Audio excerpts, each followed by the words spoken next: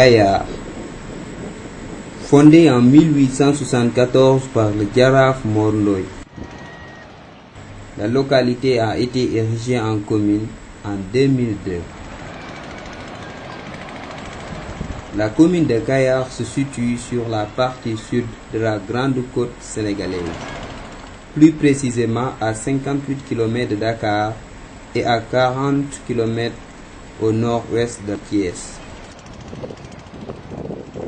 La situation géographique de Kayar explique en partie la position privilégiée qu'il occupe dans la pêche artisanale.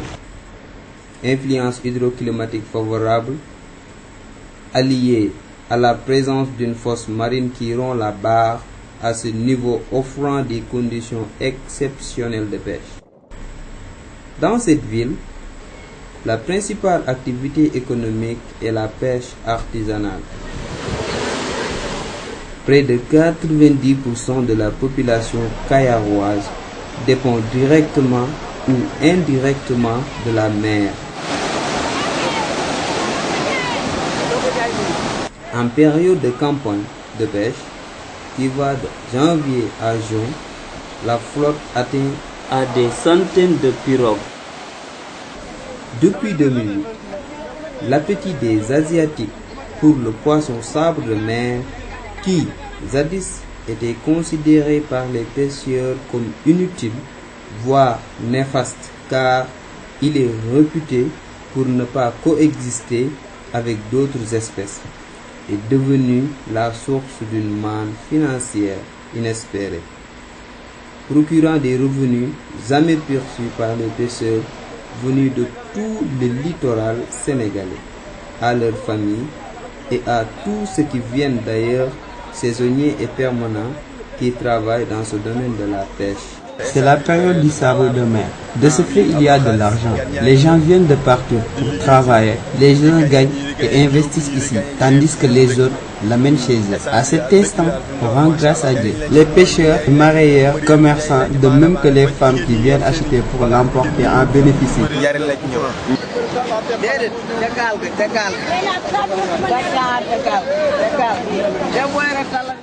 Même si chaque jour, des centaines de pirogues déchargent sur la plage des tonnes de poissons,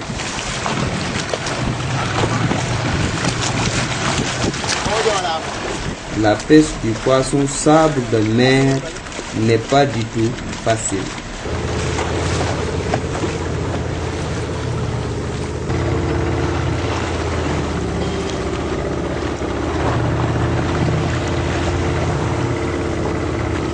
C'est très difficile. On se lève chaque jour à 1h ou 2h du matin pour aller pêcher. Et vous savez que c'est très risqué. C'est entre 1h et 2h du matin que nous allons à la pêche. Et c'est très difficile de se lever à cette heure. Mais on fait tout pour y aller malgré les risques.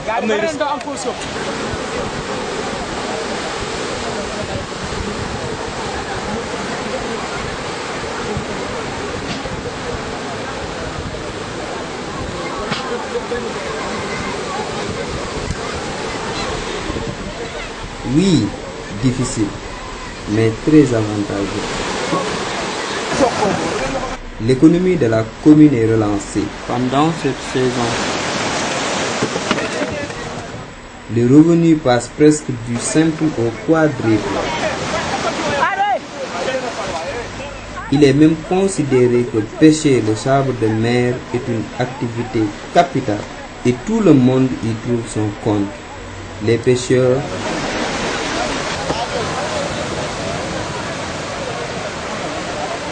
pendant cette période, si tu ne pêches pas le sabre de mer, tes parents vont se monter contre toi. Cela se paye très bien, nous remercions le bon Dieu. Cela marche et c'est de l'or pour les Kayarois. Nous remercions le bon Dieu. Parfois tu peux gagner 30 voire 50 000. Cela dépend de ton jour de chance. Il peut arriver que tu tombes dans un lieu où il n'y a pas assez de poissons. Mais pour nous, aujourd'hui, ça a bien marché.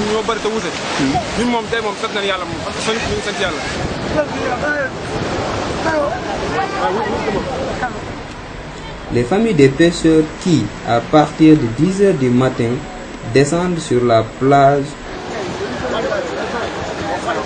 et attendent les pirogues de leurs parents pour en avoir quelques poissons et le vendre après.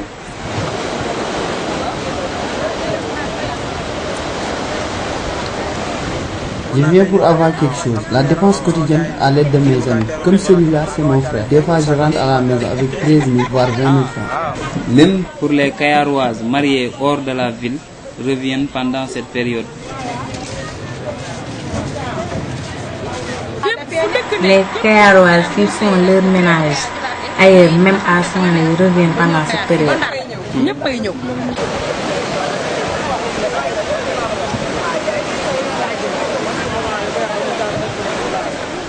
Pour certains commerçants, ils profitent de cette occasion pour en tirer le maximum de profit.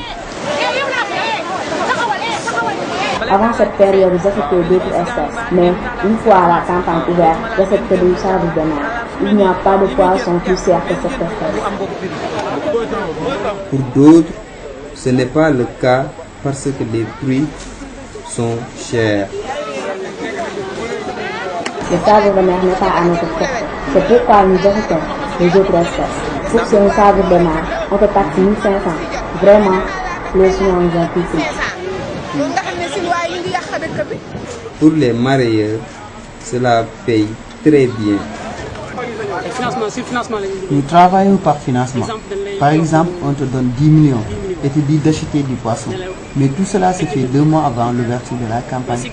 Ensuite, on descend sur le terrain pour parler avec les pêcheurs de la façon dont nous allons travailler. C'est-à-dire, si on vend le kilo à 700 francs, nous allons l'acheter à 600 chez les pêcheurs et pour en tirer un bénéfice de 100 francs.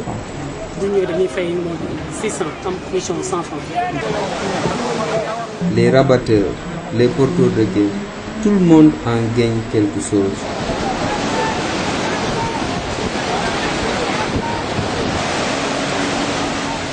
Comme presque dans toute activité, il y a des difficultés. Les différents acteurs de la filière rencontrent des problèmes pendant cette saison. Les pêcheurs, les commerçants et les marieurs. En mer, nous rencontrons des problèmes avec les pêcheurs. Des fois, avec les filets de pêche, les gens font ce qu'ils veulent pour saboter notre travail. À notre arrivée à la plage, on rencontre aussi des problèmes pour placer nos pirogues du fait de l'étroitesse du milieu. Il y a des pirogues qui viennent de Lour, Joral, Yen, presque partout. C'est pourquoi on rencontre d'énormes difficultés avant de placer sa pirogue. Cette année, les choses ne marchent pas comme avant. Parce que les années précédentes, il pouvait y avoir jusqu'à 5 voire 6 espèces de poissons. Mais cette année-ci, il est difficile d'en trouver deux parce qu'il y a beaucoup de prétendants.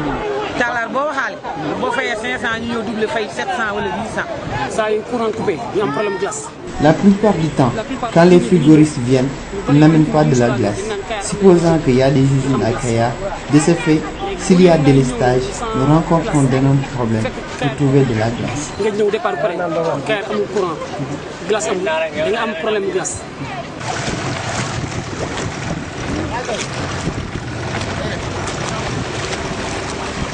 De la mer à l'exportation, après une bonne pêche, les pirogues accostent sur la plage, les porteurs de caisses le déchargent en direction vers le quai de pêche.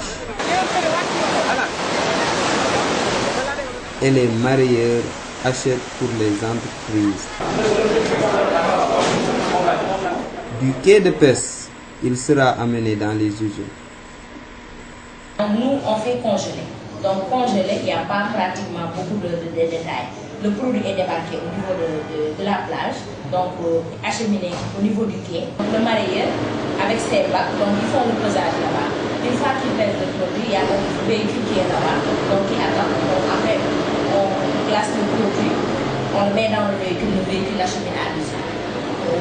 moi, en tant que responsable, c'est ça mon rôle, je vérifie la qualité du produit. Donc, il y a au niveau de l'installation une zone de réception, on réceptionne le produit, on fait le triage. Triage, c'est par calibre. Une fois que le triage est fait, on achemine dans le salle de traitement. Là-bas, il y a des bassins de trempage. C'est juste pour nettoyer le produit. Donc, des bassins de trempage avec de l'eau bien glacée à une température de 0 degré. Donc, on trempe le produit, on pèse dans la balance avec des blocs de 10 à 8 kg. Le entier. Il y a les femmes qui font l'emballage dans des plateaux en inox. Juste après l'emballage, donc le produit est mis dans des chariots et mis en tunnel. Une fois mis en tunnel, donc 10 heures de temps maximum, le produit est bien congelé. On sort le produit, on fait le démoulage. Donc on sort le produit, par exemple, le produit qui était en moule, on le démoule et on met en sachet, mis en carton. Et là, on stocke dans la chambre de stockage. Une fois qu'on a une commande, le conteneur vient, on emporte le conteneur et le conteneur part. Pour cette période avantageuse, les autorités devraient fixer une date officielle d'ouverture de la saison et prendre 1 ou 2 journées lors desquelles ils appellent à une conférence débat afin que chacun des acteurs de la filière pose ses problèmes et ses espoirs pour une saison profitable à tous.